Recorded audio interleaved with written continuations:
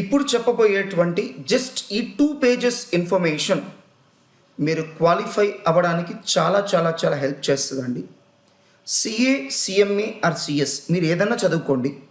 ఈ 10 golden principles కనుక మీరు ఫాలో అయితే మీరు ఏ కోర్స్ అయినా సరే చాలా చాలా ఈజీగా చేయొచ్చు. The first golden principal is burning desire and persistence. Occasional reading అనేది ఈ కోర్స్కి హెల్ప్ చేయదండి. కళలు కండం చాలా ఈజీ అండి, బట్ వాటిని నెరవేర్చుకోవాలంటే చాలా చాలా కష్టపడాలి. సో పగటి కళలు నిజం అవుతాయని అంటారు, అలా ఎప్పుడు అవ్వదండి. కంపల్సరిగా ఎవడు చెమటోర్చి పని చేస్తాడో వాడికి మాత్రమే సక్సెస్ వస్తుంది తప్ప కళలు కొనేవాడికి ఎప్పటికీ సక్సెస్ రాదు. సరే కళలు కనకూడదా? కనాలండి, బట్ ఇన్స్పిరేషన్ అనేది ఎప్పుడు కూడా 10% హెల్ప్ చేస్తుందండి.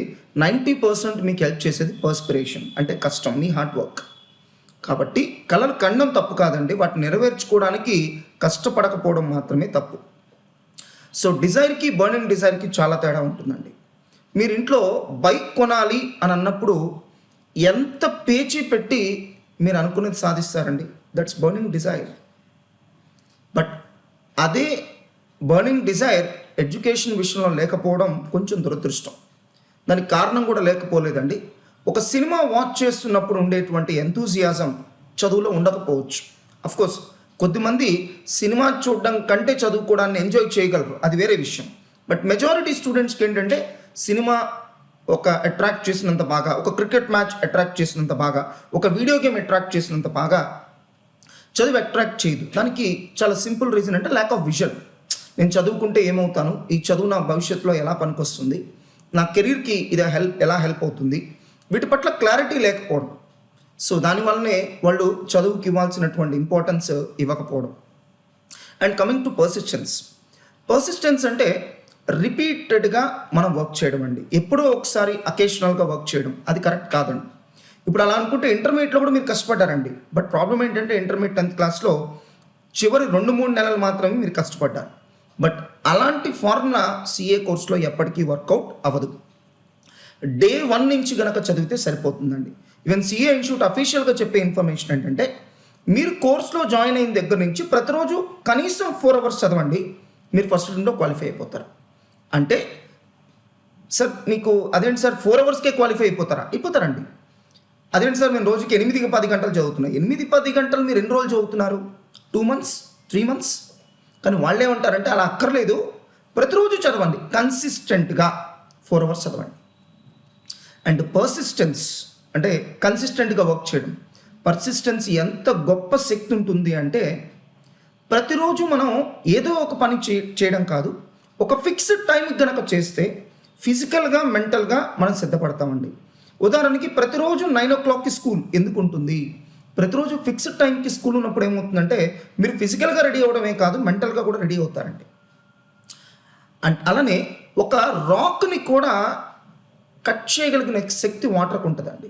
మీరు అక్కడక్కడ చూడొచ్చు, వాటర్ డ్రాప్స్ పడుతూ ఉంటాయి పైనుంచి, కింద రాక్ కరిగిపోయి ఉంటుందండి. అంత శక్తి వాటర్కి ఎక్కడి నుంచి వచ్చింది? Persistence.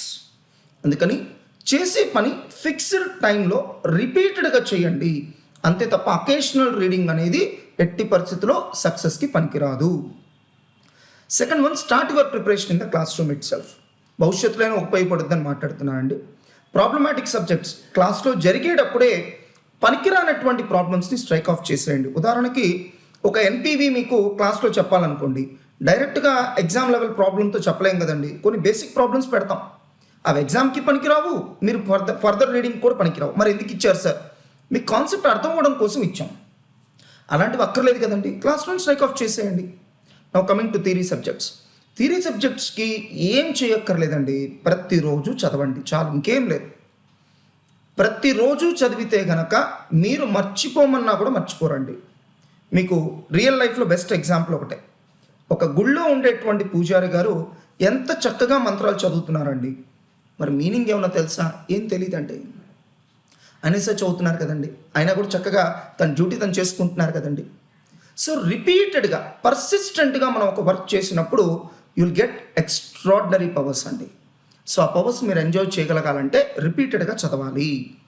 Third one, know your enemy. ఇప్పుడు పాత రోజుల్లో చూస్తే ఒక రాజు వేరే దేశానికి దండయాత్ర చేయాలని అనుకున్నప్పుడు ఫస్ట్ చెక్ చేసుకునేది ఏంటండి, అవతల వాళ్ళ స్ట్రెంగ్స్ ఏంటి, వీక్నెసెస్ ఏంటి చెక్ చేసుకుంటారు కదండి. ఈవెన్ ఇప్పుడు మనమైనా చూడొచ్చు. సో మనకి వేరే దేశాల్లో కూడా ఏజెంట్స్ ఉంటారండి. ఏంటి వాళ్ళ పని? శత్రు దేశాల్లో కూడా మనకి ఏజెంట్స్ ఉంటారు. ఏం చేస్తారు వాళ్ళు? సో మనకు కొంత ఇంపార్టెంట్ ఇన్ఫర్మేషన్ ఇస్తూ ఉంటారు. ఇవి కీలకమైనటువంటి ఏరియాస్, సో వీళ్ళ స్ట్రెంగ్స్ ఇవి, వీళ్ళ వీక్నెసెస్ ఇవి మనకి ఇన్ఫర్మేషన్ ఇస్తూ ఉంటారు. దాన్ని బట్టే కదండి మనం స్ట్రాటజీస్ ప్లే చేసుకోవాల్సింది. అలానే ఇక్కడ మనకి ఎనిమీ ఎవరంటే ఎగ్జామ్ అండి. ఇప్పుడు ఒక బిజినెస్ మ్యాన్ తను చేయబోయే బిజినెస్ గురించి ఏమీ తెలుసుకోకుండా బిజినెస్ కనుక స్టార్ట్ చేస్తే సక్సెస్ అవ్వలేడు కదండి. అలానే ఒక స్టూడెంట్గా మీరు రాసే ఎగ్జామ్ గురించి మీకు ఏమీ తెలియకపోతే ఎలా క్వాలిఫై అవ్వగలరని అనుకుంటున్నారు? ఏం చేయాలి సార్? చాలా సింపుల్ అండి. ప్రీవియస్ ఎగ్జామ్ పేపర్స్ అనలైజ్ చేయండి. అంటే ఏం చేయాలి sir? At least 5 attempts question papers దగ్గర పెట్టుకోండి.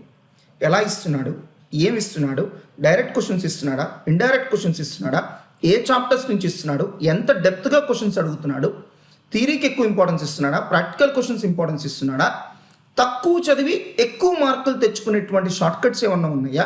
లైక్ ఇప్పుడు ఇన్ఫర్మేషన్ టెక్నాలజీ తీసుకోండి, 5 నుంచి 10 మార్కులు మీకు డెఫినేషన్స్ ఇస్తున్నాడు. అంటే జస్ట్ కొంచెం చదివి మీరు 10 మార్కులు తెచ్చుకోవచ్చు. డిఫరెన్సెస్ ఇస్తాడు, ఆల్మోస్ట్ 4 నుంచి 8 మార్క్స్ ఇస్తాడు. కొంచెం చదివి 8 మార్క్స్ మీరు డిఫరెన్సెస్ తెచ్చుకోవచ్చు. అలా తక్కువ చదివి ఎక్కువ మార్కులు తెచ్చుకునే చాప్టర్స్ ఏమున్నాయి, ఏరియాస్ ఏమున్నాయి, హైయెస్ట్ వెయిటేజ్ ఉన్న చాప్టర్స్ ఏంటి, లీస్ట్ వెయిటేజ్ ఉన్న చాప్టర్స్ ఏంటి, ఏ ఏరియాస్ నేను చాయిస్ తీసుకొని వెళ్ళినా ఇబ్బంది పడకుండా ఎగ్జామ్ రాయొచ్చు. ఇలాంటి చాలా ఆస్పెక్ట్స్ మీరు అనలైజ్ చేయాలి. అలానే ఫస్ట్ క్వశ్చన్గా ఏ చాప్టర్ నుంచి ఇస్తున్నాడు, కంపల్సరీ క్వశ్చన్ ఏ చాప్టర్స్ నుంచి ఇస్తున్నాడు, ఇంటర్నల్ చాయిస్ ఉందా లేదా, ఒకవేళ ఇంటర్నల్ చాయిస్ కనుక ఉంటే ఏ చాప్టర్ నేను చాయిస్గా తీసుకోవచ్చు. ఉదాహరణకి ఇన్ఫర్మేషన్ టెక్నాలజీ కానీ ఈఏఎస్ కానీ మేము ఫ్లో చార్ట్స్ చాయిస్ తీసుకోమని చెప్తామండి. ఎందుకు సార్? క్వశ్చన్ పేపర్లో మీరు చాయిస్ తీసుకునే అవకాశం ఉంది కాబట్టి తీసుకోమంటున్నాం. రెండోది, ఫ్లో చార్ట్స్ ఎలాంటి సబ్జెక్ట్ అంటేనంటే మేము ఎంత బాగా చెప్పినా కూడా ఇన్హెరెంట్ రిస్క్ కొంత ఉంటుందండి. అదేంటంటే ఎగ్జామ్లో మీరు రాసింది కరెక్టో కాదో మీకు తెలియదండి. సో చాలా సందర్భాల్లో మీరు కరెక్ట్ రాసామనుకుంటారు, అది రాంగ్ అయ్యే ఛాన్స్ ఉంటుంది. వేరాజ్ డిస్క్రిప్టివ్ థియరీ క్వశ్చన్స్లో ఆ రిస్క్ లేదు కదండి. సో మీరు ఎంత కాదనుకున్నా క్వశ్చన్ ఐడెంటిఫై చేసేసి వీరి రీజనబుల్లీ గుడ్ ఆన్సర్ మీరు రాయగలరు. అలానే మీరు కరెక్ట్ అనుకున్నది ఒకసారి రాంగ్ అయితే కనుక 0 మార్క్స్ వస్తాయి ఫ్లో చార్ట్స్లో. వేరాజ్ థియరీ క్వశ్చన్స్లో అయితే కొద్దో గొప్ప 4 మార్క్స్ క్వశ్చన్స్కి 1 మార్క్ 2 మార్క్ ఎంతో కొంత వస్తాయి. అందుకనే మేము చాయిస్ తీసుకోమని చెప్తున్నాం. అది మేము ఎలా చెప్పగలిగాం? By analysing the question papers. అలానే don't neglect theory part in problematic chapters. ఇది చాలామంది చేస్తున్న నెగ్లిజెన్స్. అంటే కాస్టింగ్ అంటే ప్రాబ్లమ్స్ మీద ఫోకస్ చేస్తున్నారు, but there is a loop whole. మీరు థియరీ బాగా చదువుకోండి, ఆటోమేటిక్గా మంచి మార్క్స్ వస్తాయి. FM there is a loop whole, మీరు చక్కగా థియరీ చదువుకోవచ్చు. ఎందుకు సార్ థియరీకి అంత ఇంపార్టెన్స్? ప్రాబ్లం అనేది మీరు రిజల్ట్ చూసుకునేంత వరకు మీరు చేసింది కరెక్ట్ కదా ఎవరు చెప్పలేదండి. ఎందుకంటే టెన్షన్లో మీరు తప్పులు చేస్తారు, కానీ థియరీ అలా కాదండి. సో ఎంత టెన్షన్లో అయినా మీరు కంఫర్టబుల్గా రాయగలుగుతారు. కాబట్టి ప్రతి సబ్జెక్ట్లోనూ ప్రాబ్లమాటిక్ అండ్ థియరీ పార్ట్కి ఈక్వల్ ఇంపార్టెన్స్ ఇవ్వండి. ఈవెన్ అకౌంట్స్ అడ్వాన్స్డ్ అకౌంటింగ్లో కూడా థియరీ క్వశ్చన్స్ అడుగుతున్నాడు. And 2 favourite subjects. మీరు సిఏ కోర్స్ క్వాలిఫై అవ్వాలంటే ఒకటే గోల్డెన్ ప్రిన్సిపల్ గుర్తుపెట్టుకోండి, ప్రతి గ్రూప్లో మీకు 2 ఫేవరెట్ సబ్జెక్ట్స్ ఉండాలి. ఆ 2 ఫేవరెట్ సబ్జెక్ట్స్ ఎలా ఉండాలంటే కంపల్సరీగా ఎగ్జామ్షన్ రేంజ్ ఆఫ్ మార్క్స్ రావాలి. ఎందుకు సార్? 40 మార్క్స్ కూడా రాకుండా సిఏ కోర్సులో ఎవరు ఫెయిల్ అవ్వరండి, అందరికి వస్తాయి. బట్ సమస్య ఏంటంటే అగ్రిగేట్ రాదు. అగ్రిగేట్ ప్రాబ్లం రాకుండా ఉండాలంటే మీరు 2 ఫేవరెట్ సబ్జెక్ట్స్ సెలెక్ట్ చేసుకోండి. సార్ ప్రాబ్లమాటిక్ అండ్ థియరీ రెండిట్లో ఏది better? Better to choose problematic. Me strengths and weaknesses తెలుసుకోండి, ఎగ్జామ్లో ఉన్నటువంటి లూప్ హోల్స్ని కనిపెట్టండి, వాటిని మ్యాచ్ చేసుకోండి. దీన్ని మనం స్ట్రాటజిక్ మేనేజ్మెంట్లో స్వాట్ అనాలిసిస్ అంటాం. సో ఎగ్జామ్ యొక్క థ్రెట్స్, ఆపర్చునిటీస్ ఐడెంటిఫై చేయండి, మీలో ఉన్న స్ట్రెంగ్స్ అండ్ వీక్నెసెస్ ఐడెంటిఫై చేయండి, వాటిని మ్యాచ్ చేయండి. ఫర్ ఎగ్జాంపుల్ ఒక స్టూడెంట్ వచ్చి, సార్ నాకు హ్యాండ్ రైటింగ్ అంత నీట్గా ఉండదు సార్, అలాంటప్పుడు మీరు థియరీ తక్కువ మార్కులు వచ్చినా పర్లేదు, ప్రాబ్లమాటిక్లో మంచి మార్క్స్ వచ్చే విధంగా మీరు ప్లాన్ చేసుకోవాలి. ప్రాబ్లమాటిక్లో కంపల్సరీగా 2 పేపర్స్లో మీకు ఎగ్జామ్షన్ వచ్చేట్టు చూసుకోవాలి. అలా మీ స్ట్రెంగ్స్, వీక్నెసెస్ ఎగ్జామ్ యొక్క థ్రెడ్స్ అండ్ ఆపర్చునిటీస్తో మీరు మ్యాచ్ చేసుకోవాలి. ఈ పాస్ట్ ఎగ్జామ్ ట్రెండ్స్ స్టడీ చేయడానికి 2 పద్ధతులు ఉన్నాయండి. ఒకటి scanner, 2 past exam question papers. Sir రెండు చూడాలండి. థియరీ సబ్జెక్ట్స్కి అయితే మేము డిస్కవర్ అనేటువంటి బుక్ రిలీజ్ చేసామండి, అది మీకు అందుబాటులో ఉంచుతాం. దాంట్లో మేము పాస్ట్ ఎగ్జామ్ క్వశ్చన్స్ అన్నీ ఇచ్చాం, ఓన్లీ క్వశ్చన్స్, నో ఆన్సర్స్. అదే ప్రాబ్లమాటిక్ అయితే కనుక మీకు ఆప్షన్ లేదండి, మీరు స్కానర్ లాంటి బుక్ రిఫర్ చేయాల్సిందే. సార్ అంత డబ్బులు మేము స్పెండ్ చేయలేము సార్, ఓకే ఒక పని చేయండి, అట్లీస్ట్ ఒక 5 ఎగ్జామ్స్ క్వశ్చన్ పేపర్స్ గ్యాదర్ చేయండి. ఓల్డ్ సిలబస్లో 5, న్యూ సిలబస్లో 2, 7 పేపర్స్ గ్యాదర్ చేసి స్టడీ చేయండి చాలు, ఇంకేం లేకపోయినా పర్లేదు. Right preparation. ఫ్రాంక్లీ స్పీకింగ్, ఈ ఒక్క పాయింట్ కనుక నేను చెప్తే మీరు మాస్టర్ మైండ్స్లో జాయిన్ అయినటువంటి పర్పస్ ఫుల్ఫిల్ అయిపోయినట్టేనండి. ఓన్లీ ఈ ఒక్క పాయింట్. అండ్ ఈ ఒక్క పాయింట్ కనుక మీరు కరెక్ట్గా చేస్తే మళ్ళీ భవిష్యత్తులో మీరు ఎక్కడా కోచింగ్ తీసుకోవాల్సిన అవసరం లేదు. మీరు ఎప్పటికీ కూడా సిఏ కోర్సులో మళ్ళీ ఫెయిల్ అవ్వరండి, అది మీ చేతిలో ఉంది. ఇప్పుడు నేర్పించిన విషయాన్ని మీరు కంటిన్యూ చేస్తూ భవిష్యత్తులో కూడా అదే పాత్రలో వెళ్తే సక్సెస్ ఈజ్ గ్యారంటీడ్ అండి. అలాంటి ముఖ్యమైన పాయింట్ ఇప్పుడు చెప్తున్నాను. చాలామంది మనసులో ఉన్నటువంటి డౌట్ కూడా ఇది, సార్ ప్రాబ్లమాటిక్ సబ్జెక్ట్స్ ఎలా ప్రిపేర్ అవ్వాలి? దీనికి ఒక చిన్న ఎగ్జాంపుల్ చెప్తానండి. ఒక కార్ మనం నేర్చుకోవాలని అనుకుంటే steering, clutch, brake, accelerator, gear, only 5 aspects అండి. ఈ 5 ఆస్పెక్ట్స్ కనుక నేర్చుకుంటే కార్ నడపచ్చు. ఎంతసేపు పడుతుంది ఇవి నేర్పించడానికి? 5 మినిట్స్ అండి. 5 నిమిషాల్లో ఇవి ఎలా చేయాలో నేర్పచ్చండి. మరి 5 నిమిషాలకి చెప్పేసి మీకు కార్ ఇస్తాను, నడపగలరా? అది నాకు కుదురుతుంది సార్, ప్రాక్టీస్ కావాలి కదా. దేనికి ప్రాక్టీస్? కోఆర్డినేషన్. ఈ 5 విడివిడిగా తెలుసు, 5 ఒకేసారి చేయాల్సి వస్తే దానికి ప్రాక్టీస్ కావాలి సార్. ఓ అక్కడ ప్రాక్టీస్ కావాలని తెలుసు, కానీ మన కాస్టింగ్, ఎఫ్ఎం, అకౌంట్స్, అడ్వాన్స్డ్ అకౌంటింగ్లో ఏ ప్రాక్టీస్ లేకుండానే మీకు అద్భుతాలు జరిగిపోవాలా? ఎలా జరుగుతాయండి? అలానే ఒక చెస్ గేమ్ తీసుకోండి. చెస్ గేమ్కి సంబంధించిన రూల్స్ అన్ని చెప్పడానికి ఎంతసేపు పడుతుందండి? 10 మినిట్స్. మరి 10 మినిట్స్ మీరు రూల్స్ అన్ని తెలుసుకోగానే గ్రాండ్ మాస్టర్ అయిపోతారా?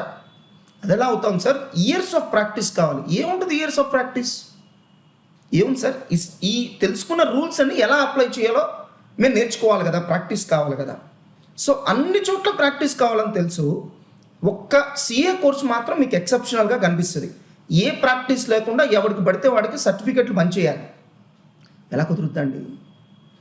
సో మరి ప్రాక్టీస్ అంటే ఎలా ఉండాలి సార్? ఎలా ఉండాలి అంటే, ఇప్పుడు కార్ రేసింగ్ గేమ్లో మీరు పార్టిసిపేట్ చేయాలంటే వీడియో గేమ్ ఆడితే అవ్వదు కదండి. నిజంగానే మీరు హ్యాండ్స్ ఆన్ ఎక్స్పీరియన్స్ కావాలి, అంటే నిజంగానే రేస్లో మీరు పార్టిసిపేట్ చేయాలి. అలానే సిఏ కోర్స్ మీరు క్వాలిఫై అవ్వాలి అంటే ప్రాబ్లమాటిక్ సబ్జెక్ట్స్లో రియలిస్టిక్గా మీ ప్రాక్టీస్ ఉండాలి. అంటే ఏంటి సార్? మాకు అర్థం కాలేదు. మీరు పబ్లిక్ ఎగ్జామ్లో ప్రాబ్లమ్స్ చూసి సాల్వ్ చేయాలా, చూడకుండా సాల్వ్ చేయాలా? చూడకుండా. మరి అట్లాంటప్పుడు ఎప్పుడైనా ఒక్కసారైనా మీరు చూడకుండా పేపర్ మీద సాల్వ్ చేసి ఎగ్జామ్కి వెళ్ళారా? నో. అలానే చిన్నప్పుడు మీరు గంటల తరబడి, ఈవెన్ కొన్ని సందర్భాల్లో రోజుల తరబడి ఒక డిబేట్ కాంపిటీషన్లో పార్టిసిపేట్ చేయడానికి ప్రిపేర్ అవుతారండి. ఒక స్క్రిప్ట్ రాసుకుంటారు, ఆల్మోస్ట్ ఒక 2-3 డేస్ ప్రిపేర్ అవుతారు. ఇంట్లో వాళ్ళందరినీ డిస్టర్బ్ చేస్తారు, నేను చెప్తాను నువ్వు విను అని. అంతా చేసిన తర్వాత స్టేజ్ మీదకి వెళ్ళి ఏం మాట్లాడతారండి? మీరు అబ్జర్వ్ చేసి చూడండి, మీరు రాసుకున్న స్క్రిప్ట్కి మీరు మాట్లాడిన దానికి ఎక్కడ సంబంధం ఉండదండి. చాలా సందర్భాల్లో మీరు రాసుకున్న స్క్రిప్ట్లో 50% కూడా మాట్లాడరు, స్క్రిప్ట్లో లేని ఓ 50% మాట్లాడతారు. అదేంటి అంత ప్రాక్టీస్ చేశాం కదా? ఓ అంటే ప్రాక్టీస్ చేయడం వేస్టా? దాని అర్థం అది కాదండి. ఆ మాత్రం ప్రాక్టీస్ చేస్తేనే మీరు ఆ మాత్రం మాట్లాడగలిగారు. ఆ ప్రాక్టీస్ కూడా చేయకపోతే అసలు మాట్లాడగలిగేవాళ్ళు కాదేమో. కాబట్టి ఎందుకు అలా జరిగిందంటే టెన్షన్ మన మైండ్ మొత్తాన్ని ఆక్యుపై చేసేసిందండి. సేమ్ టెన్షన్ పబ్లిక్ ఎగ్జామ్లో కూడా ఉంటుందండి. సార్ దాన్ని ఓవర్కమ్ అవ్వాలంటే ఎలా? ప్రాక్టీస్. ఎలాంటి ప్రాక్టీస్ సార్? చూడకుండా చేయాలి. ఎన్నిసార్లు చేయాలి సార్?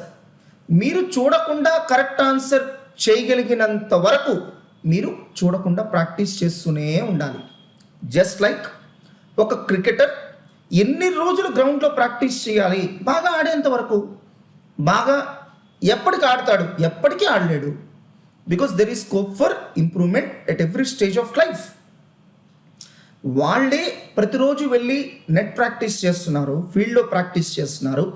మరి మీరు మాత్రం ఎక్సెప్షనల్గా నోట్స్ ఓపెన్ చేసి చూసుకొని మాకు అద్భుతమైన మార్కులు రావాలని ఎక్స్పెక్ట్ చేస్తున్నారు. ఎలా కుదురుద్దండి? You have to solve each and every problem on paper. అది కూడా ఎలా సార్? పబ్లిక్ ఎగ్జామ్లో చూడకుండా చేస్తారు కాబట్టి ఇక్కడ కూడా మీరు చూడకుండా చేయాలి. అలానే పబ్లిక్ ఎగ్జామ్లో ఆన్సర్ వస్తే చాలా ఎంతసేపు పట్టినా పర్లేదా? లేదు, అక్కడ టైం లిమిట్ అనేది ఉంది. 10 మార్క్స్ ప్రాబ్లం మీరు మహా అయితే 15 మినిట్స్లో సాల్వ్ చేయాలి. మరి అట్లాంటప్పుడు ఇక్కడ మీరు ప్రాక్టీస్లో 1 అవర్లో కనుక సాల్వ్ చేస్తే అది కరెక్ట్ ప్రాక్టీస్ ఎలా అవుతుందండి? మరి ఏం చేయమంటారు సార్? టైం ఫ్రేమ్ పెట్టుకోండి. ఈ ప్రాబ్లం 10 మార్క్స్కి ఇస్తానన్నప్పుడు 15 మినిట్స్లో సాల్వ్ చేయాలి. సో మీరు ప్రాబ్లం చూడకుండా సాల్వ్ చేయండి. ఎన్ని మినిట్స్లో సాల్వ్ చేశారో అక్కడ రాసుకోండి. తర్వాత మీరు ప్రిస్క్రైబ్డ్ టైంలో అవ్వకపోతే కనుక మళ్ళీ ఇంకోసారి ప్రాక్టీస్ చేయండి. అలా ఎన్నిసార్లు సార్? చూడకుండా ఆ ప్రాబ్లమ్ని 15 నిమిషాల్లో మీరు ఎప్పటికైతే సాల్వ్ చేస్తారో అన్నిసార్లు మీరు సాల్వ్ చేయాల్సిందే, ప్రాక్టీస్ చేయాల్సిందే చూడకుండా. So the scientific procedure to prepare problematic subjects is first మీ కన్వెన్షనల్ మెథడ్లోనే మీరు ఎన్నాళ్ళు ప్రిపేర్ అయిన పద్ధతిలోనే నోట్స్ ఓపెన్ చేయండి, మెటీరియల్ ఓపెన్ చేయండి, ప్రాబ్లం చదువుకోండి. ఇక్కడ కూడా చాలామంది చేసే తప్పు ఏంటంటే ఒక్కసారి చదివేసి కంక్లూజన్కి వచ్చేస్తారు. నో, ఎప్పుడు కూడా ప్రాబ్లం మినిమం 2 టైమ్స్ చదవాలి. సో ప్రాబ్లం 2 టైమ్స్ చదవండి. నోట్స్లో ఆన్సర్ చూసుకోండి. First problem, second problem, third problem, మొత్తం ప్రాబ్లమ్స్ రిఫర్ చేసుకోండి. ఇప్పుడు నోట్స్ క్లోజ్ చేసేసి మెటీరియల్ దగ్గర పెట్టుకొని ఒక్కొక్క ప్రాబ్లం పేపర్ మీద సాల్వ్ చేయండి చూడకుండా. ఎంతసేపట్లో సాల్వ్ చేశారో టైం మెన్షన్ చేయండి. సార్ అలా పిచ్చి పిచ్చిగా రాసినా పర్లేదు, నీట్గా రాయాలా? ఎగ్జామ్లో ఎలా రాయాలి? నువ్వు నీట్గా రాయాలి. మరి ఇక్కడ కూడా ప్రాక్టీస్ అలానే ఉండాలిగా. కాబట్టి నీట్గానే రాయండి. ఎంతసేపులో సాల్వ్ చేశారో రాసుకోండి. అలా అన్ని ప్రాబ్లమ్స్ సాల్వ్ చేసేసిన తర్వాత ఇప్పుడు మళ్ళీ నోట్స్ ఓపెన్ చేయండి. మీ నోట్స్లో ఉన్న దాంతో కంపేర్ చేయండి. ఎక్కడ మిస్టేక్ చేశాను, ఎందుకు చేశాను, ఇంకోసారి ఈ తప్పు రిపీట్ చేయకుండా ఉండాలంటే ఏం చేయాలి అని అనలైజ్ చేసుకోండి. ఆ తప్పు మళ్ళీ రిపీట్ చేయకుండా చూడండి. అవకాశం ఉంటే కనుక మీరు ఏదైతే మిస్టేక్స్ చేశారో రెడ్ పెన్తో హైలైటర్తో హైలైట్ చేయండి. రీజన్, అది మీ మైండ్లో రిజిస్టర్ అవుతుంది. ఇంకోసారి ఆ తప్పు మీరు మళ్ళీ చేయరు. సో అలానే మీరు మీ మెటీరియల్లో కూడా ఏం చేస్తారంటే ఏ పాయింట్ అయితే మీరు చాలా టఫ్గా ఫీల్ అయ్యారో రెడ్ పెన్తో అండర్లైన్ చేయండి. ఇలా చేయడం వల్ల ఏమవుతుందంటే ఇంకోసారి మళ్ళీ మీరు ఆ తప్పు రిపీట్ చేయకుండా ఉంటారు. అలానే మీరు బాగా ఈజీ అనిపించినటువంటి ప్రాబ్లం ఏమన్నా ఉంటే కనుక మెటీరియల్లో స్ట్రైక్ ఆఫ్ చేసేయండి. ఇట్లా అడ్డంగా కొట్టేసేయండి. ఎలా అంటే అలా కొట్టేస్తే ఏమవుతుందంటే నెక్స్ట్ టైం మీరు మెటీరియల్ ఓపెన్ చేసినప్పుడు అవి రిఫర్ చేయక్కర్లేదని మీ మైండ్కి మీరు చాలా స్ట్రాంగ్ సిగ్నల్ ఇస్తున్నట్టు. అదర్వైజ్ మీ మైండ్ మిమ్మల్ని ఎట్లా టెంప్ట్ చేస్తుంది అంటే ఇది కూడా చదువుదాం, అన్ని ప్రాబ్లమ్స్ రిఫర్ చేసుకుని వెళ్దాం. అలాంటి థాట్స్ రాకుండా మీ మైండ్ని కంట్రోల్లో పెట్టుకోండి. So this is all with respect to problematic subjects అండి. So first read the problem thoroughly, underline the amounts. అంటే ప్రాబ్లం చదివేటప్పుడే ముఖ్యమైనటువంటి amounts. For example 30% left of depreciation, underline. Straight line method of depreciation, underline. So company incorporated on so and so date, underline. ఆ date underline చేసుకోండి. So ప్రాబ్లంలో ముఖ్యమైనవన్నీ underline చేసుకోండి. Underline చేసుకుంటే ఏమవుతుందంటే అది మైండ్లో బాగా రిజిస్టర్ అవుతుంది. ఎస్పెషల్లీ రెడ్ పెన్తో అండర్లైన్ చేస్తే మళ్ళీ మనం ఆన్సర్ చేసేటప్పుడు ఏదన్నా మనకి మర్చిపోతే కనుక ఒక్కసారి ఆ ప్రాబ్లం మొత్తం చదవకుండా అండర్లైన్ చేసి చూసుకుంటే మనకు కావాల్సిన అమౌంట్ తెలుస్తుంది. సో నెక్స్ట్ పాయింట్స్ అన్ని చెప్పానండి. This is a very important thing. మీరు ఎన్ని ప్రాబ్లమ్స్ అయినా సాల్వ్ చేయండి, ఎగ్జామ్లో వచ్చేది ఎలాగో కొత్త పాయింట్ అండి. మరి దీన్ని ఎలా ఎదుర్కోవాలి సార్? చాలా సింపుల్. మీరు ఆ ప్రాబ్లమ్ని సాల్వ్ చేసిన తర్వాత ఒక్కసారి మైండ్లో క్యాల్కులేషన్స్ చేసుకోండి. ఏంటంటే ఈ ప్రాబ్లంలో straight line method of depreciation ఇచ్చాడు కాబట్టి ఆన్సర్ ఇలా ఉంది. ఒకవేళ డబ్ల్యూడివి ఇచ్చుంటే ఆన్సర్ మీద ఇంపాక్ట్ ఎక్కడెక్కడ ఉంటుంది. ఫర్ ఎగ్జాంపుల్ ఒక ఎన్పివి క్యాల్కులేషన్ ప్రాబ్లం తీసుకోండి. Straight line method of depreciation కనుక ఇస్తే మనం సిఎఫ్ఏటి అనేది ఒకసారి కనుక్కుంటే సరిపోతుందండి, ఒక ఇయర్ కనుక్కుంటే సరిపోతుంది. అలానే టెర్మినల్ క్యాష్ ఇన్ ఫ్లోస్లో కూడా మనం క్యాల్కులేట్ చేయడం చాలా ఈజీ అవుతుంది. బట్ ఎప్పుడైతే డబ్ల్యూడివి మెథడ్ ఆఫ్ డిప్రిసియేషన్ అంటామో ఎవ్రీ ఇయర్ సిఎఫ్ఐటి విడివిడిగా కనుక్కోవాలి. అలానే ప్రాజెక్ట్ చివరిలో టెర్మినల్ క్యాష్ ఇన్ ఫ్లోస్ కూడా కనుక్కోవాల్సిన అవసరం వస్తుంది. ఒకసారి ట్యాక్స్ షీల్డ్ కూడా వచ్చేటువంటి అవకాశం ఉంది. సో ఇలా మీరు మైండ్లోనే కనుక క్యాలిక్యులేషన్స్ చేసుకుంటే ఎగ్జామ్లో కొత్త ప్రాబ్లం వచ్చినప్పుడు మీరు చాలా ఈజీగా హ్యాండిల్ చేయగలుగుతారు. అందుకని మా మెటీరియల్లో క్లాస్ రూమ్ ప్రాబ్లమ్స్కి ఎంత ఇంపార్టెన్స్ ఇస్తామో అసైన్మెంట్కి కూడా అంతే ఇంపార్టెన్స్ ఇస్తాం. దానివల్ల మీరు కొత్త ప్రాబ్లమ్స్ చాలా ఈజీగా హ్యాండిల్ చేయగలుగుతారు. Never leave some chapters or models as choice. ఇది ఒక గోల్డెన్ ప్రిన్సిపల్ అండి, సిఏ కోర్సులో గుర్తుపెట్టుకోవాల్సింది. ఒక చాప్టర్ మొత్తాన్ని చాయిస్ ఎప్పుడు తీసుకోవద్దండి, మోడల్ మొత్తాన్ని చాయిస్ తీసుకోవద్దండి. సార్ అంత టైం ఉండదు కదా సార్, ఆ మోడల్లో ఉన్నటువంటి టఫెస్ట్ ప్రాబ్లం ఏదైతే ఉందో అదొక్కటైనా సరే మీరు సాల్వ్ చేయండి. ఇప్పుడు ఫర్ ఎగ్జాంపుల్ క్యాపిటల్ బడ్జెటింగ్లో average rate of return ARR అని ఉందనుకోండి. సో దాంట్లో మీరు ఏం చేయొచ్చు అంటే అన్ని ప్రాబ్లమ్స్ మీరు సాల్వ్ చేయలేకపోతే ఆ మోడల్లో ఉన్నటువంటి టఫెస్ట్ ప్రాబ్లమ్ సాల్వ్ చేసి మీరు నెక్స్ట్ మోడల్కి వెళ్ళిపోండి. సార్ ఇందాక మీరు ప్రతి ప్రాబ్లమ్ సాల్వ్ చేయమన్నారు, అంత టైం లేకపోతే కనుక బోత్ గ్రూప్స్ రాయడం ఎందుకండి, షిఫ్ట్ టు సింగిల్ గ్రూప్. ఆ సింగిల్ గ్రూప్ అయినా కూడా టైం లేదు సార్, ఏమి టైం ఇన్వెస్ట్ చేయలేనప్పుడు కోర్స్ ఎక్కడి నుంచి వస్తుందండి, ఎలా క్వాలిఫై అవుతారు? But to quit, A degree లాంటివి చదువుకోండి. మేబీ ఇప్పుడు చాలా కంఫర్టబుల్గా అనిపించవచ్చు డిగ్రీ లాంటి కోర్స్ చదివితే, భవిష్యత్తును ఏంటి అది మీ చాయిస్ అండి. అప్పుడు సంగతి అప్పుడు చూసుకుందాం అనుకుంటే మీ చాయిస్. లేదు సార్ ఇప్పుడే మేము జాగ్రత్తగా చదువుతాం, భవిష్యత్తు బాగుంటుందని అనుకుంటే మీ choice. Develop a synopsis based on your experience. అంటే మీరు ఏదైతే సాల్వ్ చేసినప్పుడు కొన్ని ముఖ్యమైన విషయాలు తెలుసుకుంటారు. లైక్ కాస్ట్ ఆఫ్ క్యాపిటల్ కనుక ఇంక్రీజ్ చేస్తే మనకి ఎన్పివి తగ్గుతుంది. It's one important observation. అది మీరు పేపర్ మీద రాసుకోండి, సినాప్సిస్ లాగా రాసుకోండి. ఆ సినాప్సిస్ కనుక చదివితే మీకు టోటల్ చాప్టర్ చదివినట్టే. అలానే ఇప్పుడు ఒక క్యాపిటల్ బడ్జెటింగ్ మీరు రివైజ్ చేయడం మొదలు పెట్టారంటే ఒక 20 ప్రాబ్లమ్స్ ఉన్నాయి. 20లో ఒక 7 or 8 ప్రాబ్లమ్స్ మీకు చాలా ఈజీగా అనిపించినాయి, స్ట్రైక్ ఆఫ్. చాప్టర్ పూర్తయిన తర్వాత మీరు ఒకసారి రివ్యూ చేసుకుంటే ఇంకొన్ని ప్రాబ్లమ్స్ కూడా ఈజీగా అనిపిస్తాయండి. ఉదాహరణకి ఎన్పివి ఫస్ట్ టైం మీరు చేసేటప్పుడు ట్యాక్స్ షీల్డ్ కంప్యూటేషన్ మీకు చాలా టఫ్గా అనిపిస్తుంది. బట్ వేరాజ్ రాను ముందుకు వెళ్ళే కొంది అది చాలా సింపుల్ కాన్సెప్ట్ అనిపిస్తుంది.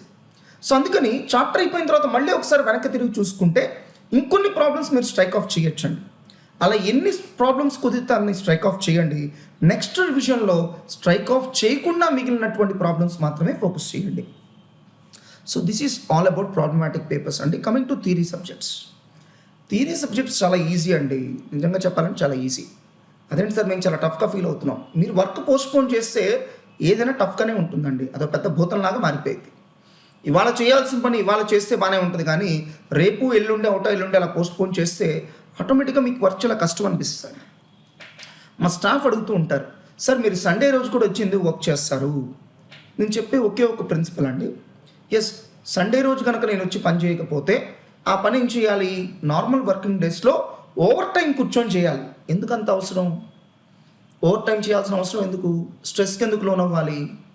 ఇవాళ పని వాళ్ళు చేసినప్పుడు ఎప్పుడు స్ట్రెస్ ఉండదండి. రేపటి పని ఇవాళ చేయగలగడం చాలా సందర్భాల్లో కుదరకపోవచ్చు, బట్ అట్లీస్ట్ ఇవాళ పని ఇవాళే చేయండి, మీకు స్ట్రెస్ ఉండదండి. ఉదాహరణకి మీరు ఉదయాన్నే 9ంటికి ట్రైన్ క్యాచ్ చేయాలండి, 8:30కి లేస్తే స్ట్రెస్ ఉంటుంది, కానీ పొద్దున్నే 7:30కే లేచి రెడీ అయ్యి 8:30 కల్లా స్టేషన్లో ఉంటే ఏ స్ట్రెస్ ఉండదండి. కాబట్టి ఏ రోజు పని ఆ రోజు చేయండి. నేను సండే వచ్చి పని చేయలేదనుకోండి, ఆ పని నేను వర్కింగ్ డేస్లో చేయాలి. వర్కింగ్ డేస్లో ఇంకో గంట ఎక్స్ట్రా ఉండి చేయాలి. ఎందుకంత అవసరం? అదేదో సండే కూడా బ్యాలెన్స్డ్గా వర్క్ చేసుకుంటే అయిపోతుందిగా. ఆ పోస్ట్పోన్మెంట్ నేచర్ వల్లనే థియరీ సబ్జెక్ట్స్ మీకు కష్టంగా అనిపిస్తాయండి. మీరు సరైన సమయంలో కనుక దాన్ని అడ్రస్ చేస్తే ఆ సమస్యని చాలా సింపుల్గా సాల్వ్ అయిపోతుందండి. అండ్ థియరీ సబ్జెక్ట్స్కి ఏం కావాలంటే రిపీటెడ్ రివిజన్ అండి. సార్ అర్థం కాలేదు, మీరు ఒకసారి ఇంటర్మీడియట్ లెవెల్లో సాంస్క్రిట్ ఎట్లా చదివారో గుర్తెచ్చుకోండి. సాంస్క్రిట్ నాకు తెలిసి మీరు చదివింది తక్కువ, రిసైట్ చేసింది ఎక్కువ. అంటే వల్లె వేయడం, రిపీట్ చేయడం, అలా రిపీట్ చేసింది ఎక్కువ ఉంటుంది. చూసుకోండి ఒకసారి, ఫ్యాకల్టీ మీకు చెప్పిన దానికంటే ఎక్కువ చదివించుంటారు చూడండి, క్లాస్లోనే మీ చేత చదివించేసి ఉంటారు చూడండి. అలా నంబర్ ఆఫ్ టైమ్స్ రిపీట్ చేయబట్టే సాంస్క్రిట్లో మీకు అన్ని మార్క్స్ వచ్చినాయి. అండ్ వన్ మోర్ స్పెషాలిటీ, దాంట్లో ఒక సెంటెన్స్ కూడా మీకు మీనింగ్ తెలియదు, మీరు ఓన్గా ఒక సెంటెన్స్ రాయడం కూడా తెలియదు.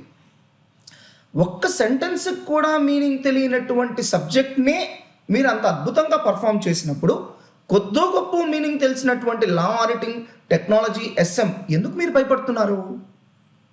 ఎందుకో సార్ భయం? ఎందుకో కాదండి, పోస్ట్పోన్మెంట్. ప్రతిరోజు మీరు రేపు చదువుదాం, ఎల్లుండి చదువుదాం, థియరీ పోస్ట్పోన్ చేస్తున్నారు. ఆపండి. ఈ పోస్ట్పోన్మెంట్ అనేటువంటి బ్యాడ్ హ్యాబిట్ని ఆపండి. ఏ రోజుకి ఆ రోజు వర్క్ చేయండి. అలానే థియరీ సబ్జెక్ట్స్ మీకు బాగా త్వరగా మీకు రావాలి అంటే repeated revision is very important అండి. అంటే ఇవాళ మీరు ఒక 5 క్వశ్చన్స్ చదవాలని టార్గెట్ పెట్టుకున్నారనుకోండి, 5 క్వశ్చన్స్ ఒకేసారి చదవద్దండి. ఫస్ట్ 1 అవర్ థియరీ సబ్జెక్ట్ చదవండి. అది కూడా మీ హయ్యెస్ట్ లెవెల్ ఆఫ్ కాన్సన్ట్రేషన్ ఎప్పుడు ఉంటుందో అప్పుడు థియరీ సబ్జెక్ట్ చదవండి. పొద్దున్నే రాగానే ఫస్ట్ థియరీ సబ్జెక్ట్ చదవండి.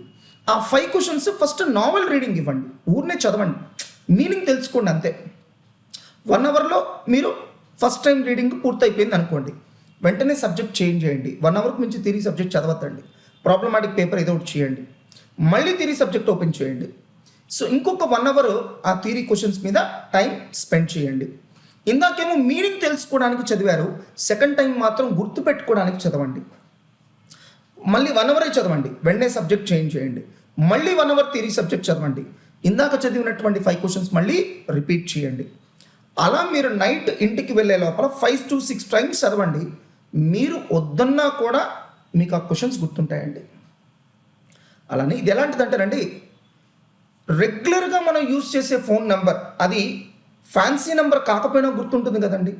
పోనీ ప్రత్యేకంగా గుర్తుపెట్టుకోవడానికి మేము ఏమైనా ఏర్పాటు చేసుకున్నామా? ఏం లేదే. అలానే రోజు కాలేజ్కి వచ్చేటువంటి రూట్ మనకు వద్దున్నా గుర్తుంటుంది కదండి.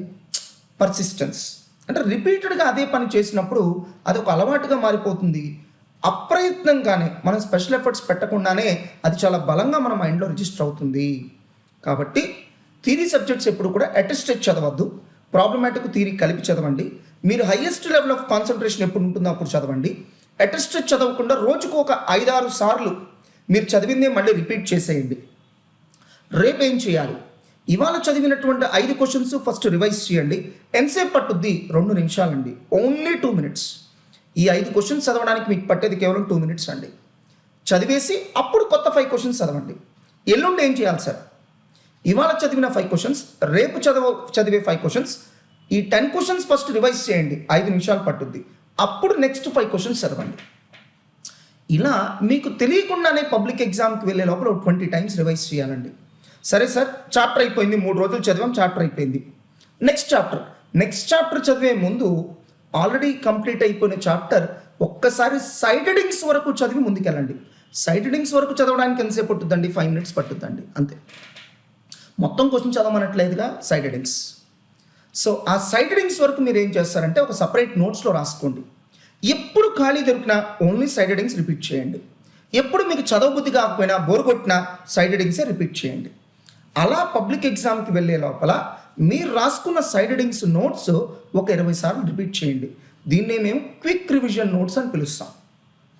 క్విక్ రివిజన్ నోట్స్లో దయచేసి అన్నెసరీ జంక్ ఇంక్లూడ్ చేయొద్దండి. మ్యాక్సిమం మీ మెయిన్ మెటర్లో 10 lines ఉంటే ఇక్కడ 2 linesకి మించి ఉండకూడదండి, 20%కి మించి కంటెంట్ ఉండకూడదు. అలా క్విక్ రివిజన్ నోట్స్ మీరు డెవలప్ చేసుకోండి. సార్ అదైతే మీరే ఇవ్వచ్చు కదా. సార్ మేము ఇవ్వడానికను మీరు చేత్తో స్వయంగా రాసుకోవడానికి చాలా తేడా ఉందండి. మీరు ఎప్పుడైతే చేత్తో ఓన్గా రాసుకుంటారో అది మైండ్లో బాగా రిజిస్టర్ అవుతుంది. దీన్ని క్యుములేటివ్ రివిజన్ అంటామండి. అంటే సెకండ్ చాప్టర్ చదివే ముందు ఫస్ట్ చాప్టర్ ఒకసారి రివైజ్ చేసి సెకండ్ చాప్టర్ చదవడం.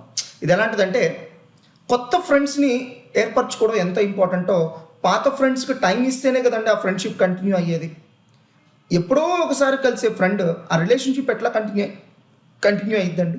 ఇది కూడా అంతే. రిపీటెడ్గా మనం ఆ క్వశ్చన్స్తో టచ్లో ఉండాలండి.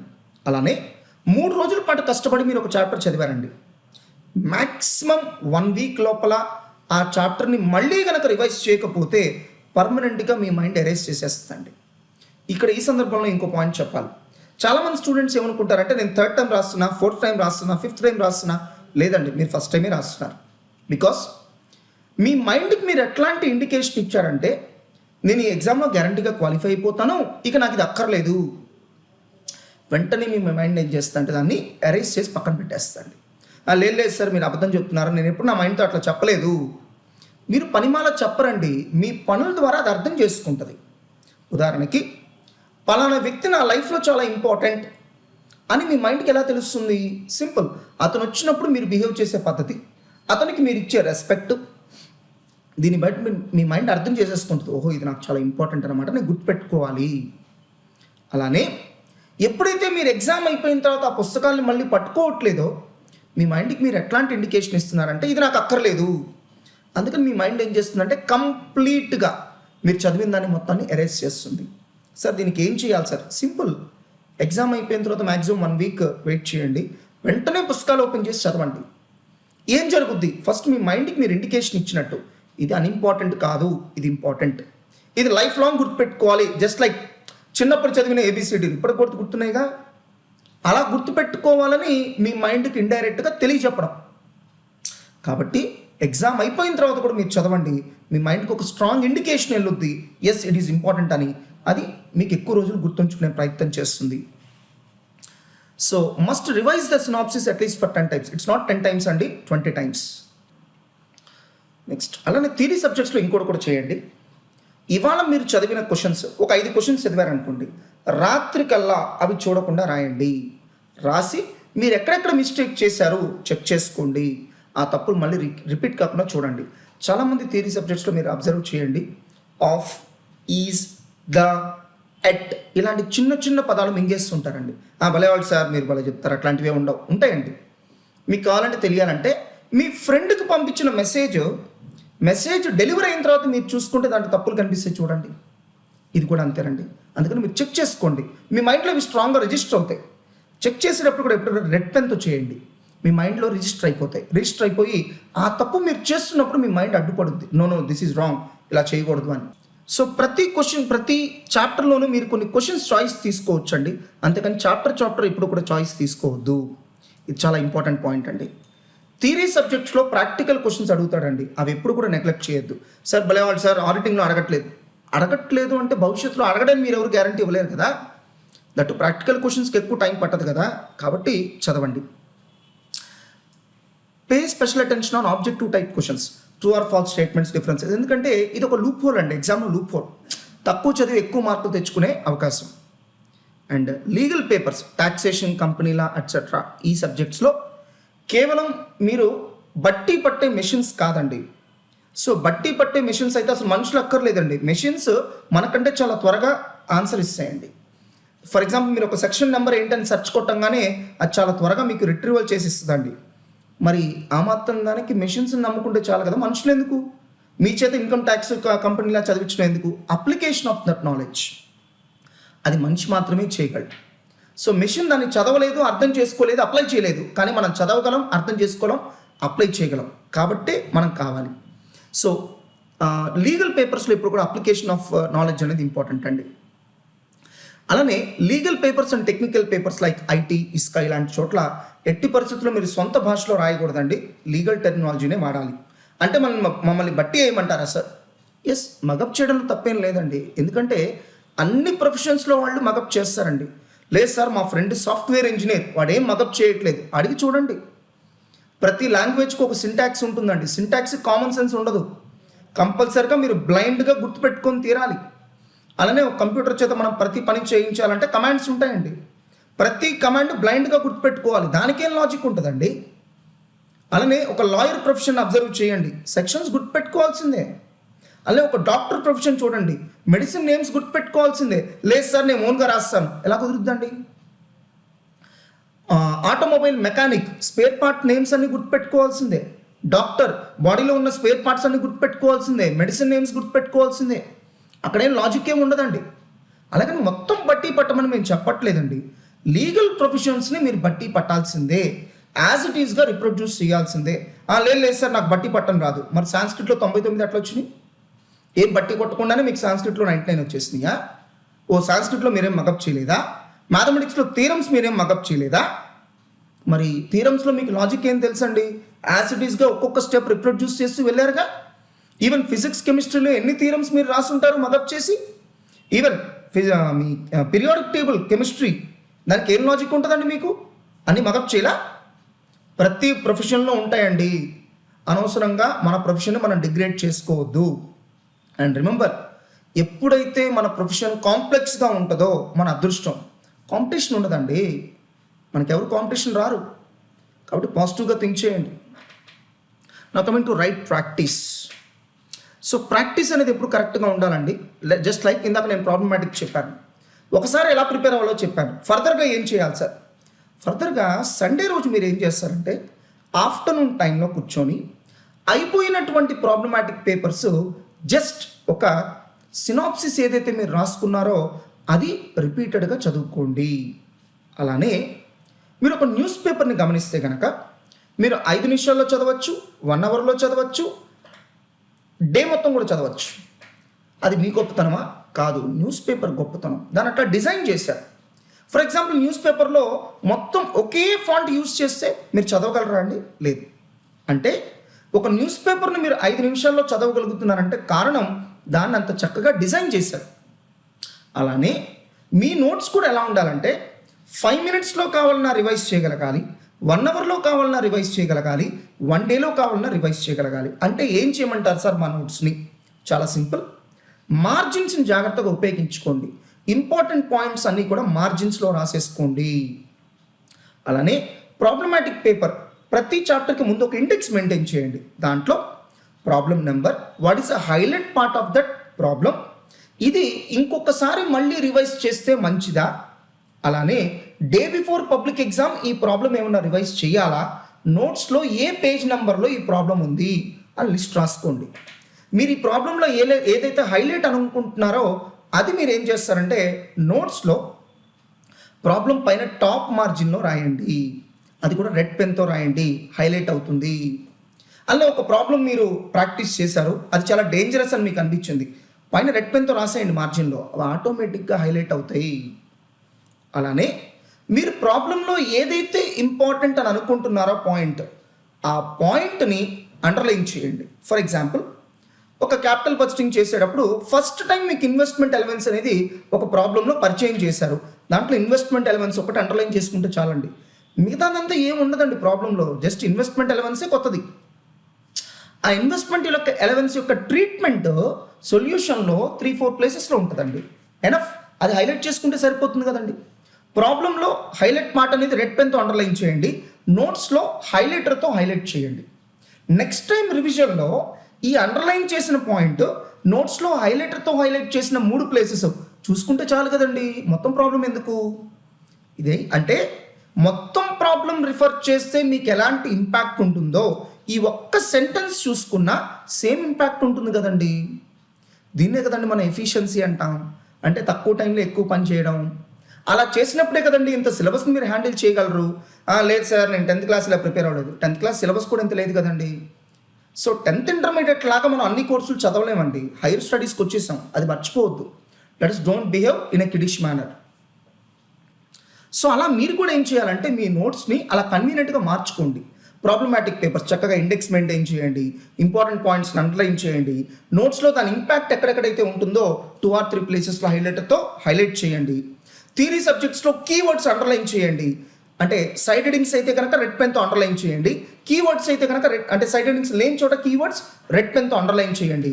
రివైజ్ చేస్తున్నప్పుడు అవి మీకు కొట్టొచ్చినట్టు కనిపిస్తాయి. అలానే థియరీ సబ్జెక్ట్స్కి మీరు ఒక క్విక్ రివిజన్ నోట్స్ డెవలప్ చేసుకోండి, రిపీటెడ్గా అవే చేయండి. అలానే మీరు ఓన్గా రాసినప్పుడు మీరు చేసిన ప్రతి మిస్టేక్ని కూడా ఐడెంటిఫై చేసుకోండి, ఆ మిస్టేక్ మళ్ళీ రిపీట్ చేయకుండా చూడండి. అండ్ కంపల్సరిగా ఎగ్జామ్స్ రాయాలండి. ఎగ్జామ్స్ ఎందుకు రాయాలి, ఇది ఎలాంటిదంటే గుంటూరు నుంచి మీరు హైదరాబాద్కి జర్నీ స్టార్ట్ అయ్యారండి, మధ్యలో ఎక్కడ మైల్ స్టోన్స్ లేకపోతే అసలు మనం వెళ్తుంది హైదరాబాద్ వైపేనా, ఇంకెంతసేపట్లో హైదరాబాద్ చేరుకుంటాం, ఇప్పటి వరకు ఎంత జర్నీ చేసాం, ఇవన్నీ మీకు తెలియదు కదండి. సో మేము కండక్ట్ చేసే ఎగ్జామ్స్ కూడా అలాంటి మైల్ స్టోన్స్ లాంటివండి, మీ జర్నీ రైట్ డైరెక్షన్లో జరుగుతున్నది తెలుస్తుంది. అలానే రివిజన్ ఎగ్జామ్స్ ఎంత ఇంపార్టెంటో ప్రీ ఫైనల్ ఎగ్జామ్స్ కూడా అంతే ఇంపార్టెంట్, కంపల్సరీగా రాయండి. సో టైం మేనేజ్మెంట్ స్కిల్స్ అంటే ప్రాబ్లమ్ సాల్వ్ చేసామా లేదా అలా కాదని చూడాల్సింది, కరెక్ట్ పద్ధతిలో సాల్వ్ చేసామా లేదా, with in the time solve చేసామా లేదా చూసుకోండి. From where to prepare, best sources ఏంటి అంటే సిఏ ఇన్స్టిట్యూట్ సోర్సెస్ అండి. లేదు సార్ సిఏ ఇన్స్టిట్యూట్ సోర్సెస్లో మేము చదవలేము, అలా అయితే మాస్టర్ మైండ్స్ మెటీరియల్కి మీకు షిఫ్ట్ అయిపోవచ్చు అండి. ఎందుకంటే డెఫినెట్గా మేము స్టడీ మెటీరియల్కి అగెనిస్ట్గా వెళ్ళాం, స్టడీ మెటీరియల్లో ఉన్న కంటెంట్ని తీసుకొని నెసరీ ప్లేసెస్లో సింప్లిఫై చేస్తాం కాబట్టి మా మెటీరియల్ స్టడీ మెటీరియల్కి చాలా దగ్గరలో ఉంటుందండి. సో మీరు మాకు చదివితే కనుక స్టడీ మెటీరియల్ చదవక్కర్లేదు. బట్ స్టడీ మెటీరియల్ ఒకటి మాత్రం కంపల్సరీగా చదవండి, ప్రతి చాప్టర్లో చివరిలో ఉన్నటువంటి test your knowledge questions, problematic as well as theory subjects. So track your performance continuously, దానికోసమే మేము మీకు ఏం చేస్తామంటే ఎవ్రీ వీక్ సండే రోజు మీ చేతికి మీ పర్ఫార్మెన్స్ రిపోర్ట్ ఇస్తామండి. అప్పటి వరకు జరిగినటువంటి ఎగ్జామ్స్లో మీ పర్ఫార్మెన్స్ ఎలా ఉంది. అలానే ప్రతి ఎగ్జామ్ అయిపోయిన వెంటనే మీకు సజెస్ట్ ఆన్సర్స్ ఇస్తారండి. ఆ సజెస్ట్ ఆన్సర్స్తో ఇంకొక పావు గంట టైం స్పెండ్ చేసి మీరు ఎగ్జామ్ ఎలా రాశారో ఆన్ ద స్పాట్ చెక్ చేసేసుకోండి. ఇంకోసారి మళ్ళీ మీరు ఎగ్జామ్లో తప్పు చేయరు. Right presentation. సో మీ ప్రిపరేషన్ ఎంత ఇంపార్టెంటో రైట్ ప్రజెంటేషన్ కూడా ఈక్వల్లీ ఇంపార్టెంట్ అండి. ఏముంది సార్ ఎలా రాస్తే ఏంటి, కంటెంట్ చూడాలి సార్. మీరు ప్రజెంటేషన్ చూస్తే ఎలా, కంటెంట్ చూడాలి. This a professional exam.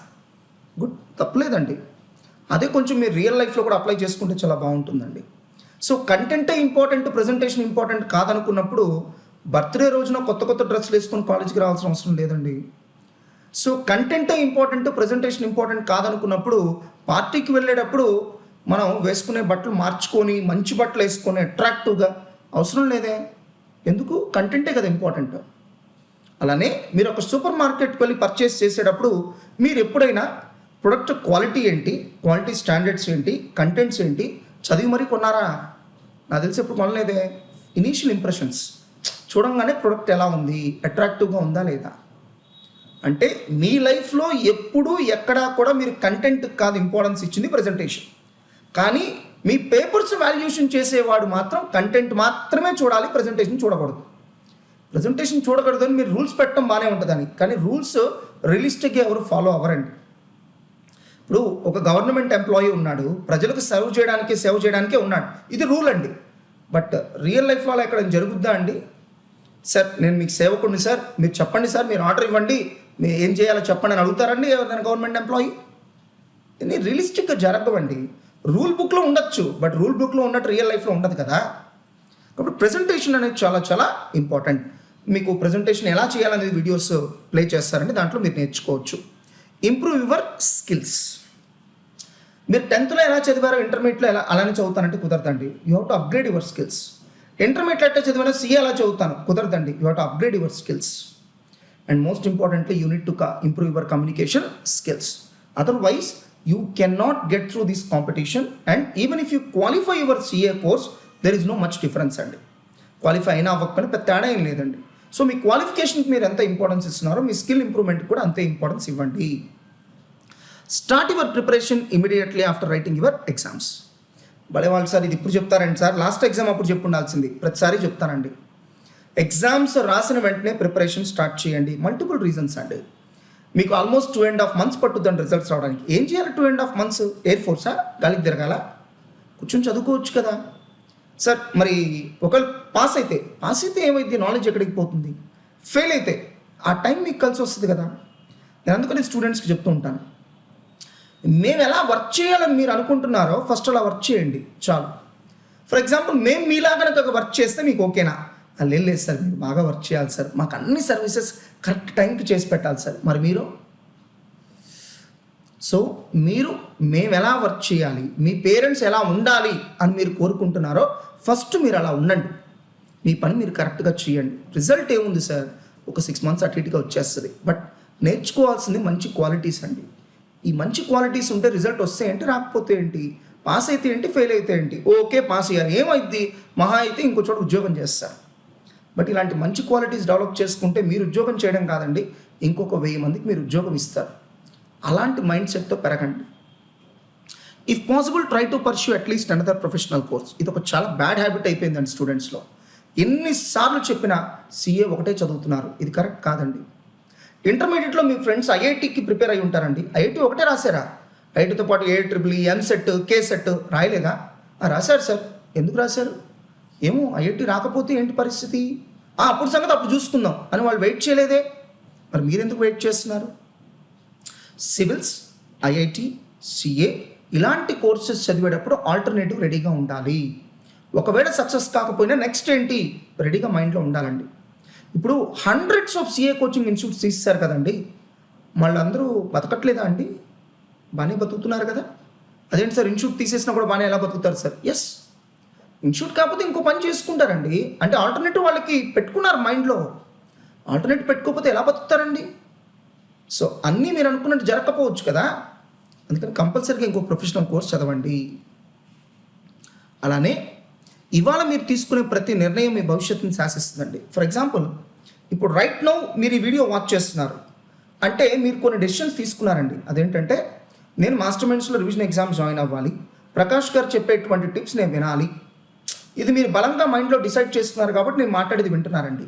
ఈ రెండిట్లో మీరు ఏ డెసిషన్ తీసుకోకపోయినా నేను చెప్పేది మీరు వినరండి.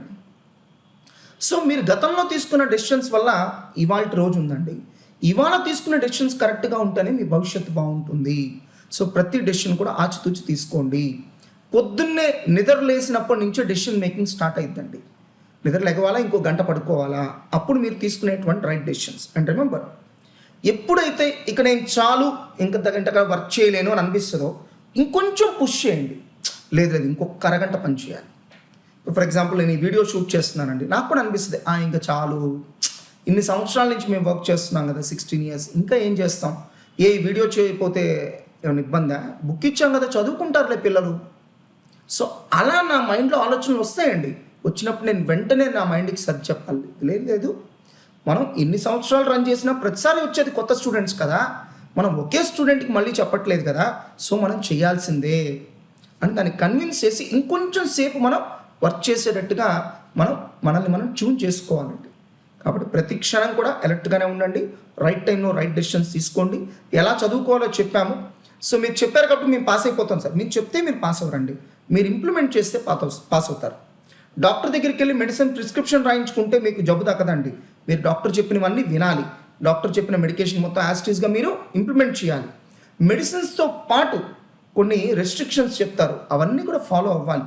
అప్పుడు మాత్రమే మీకు జబ్బు తగ్గుద్దండి.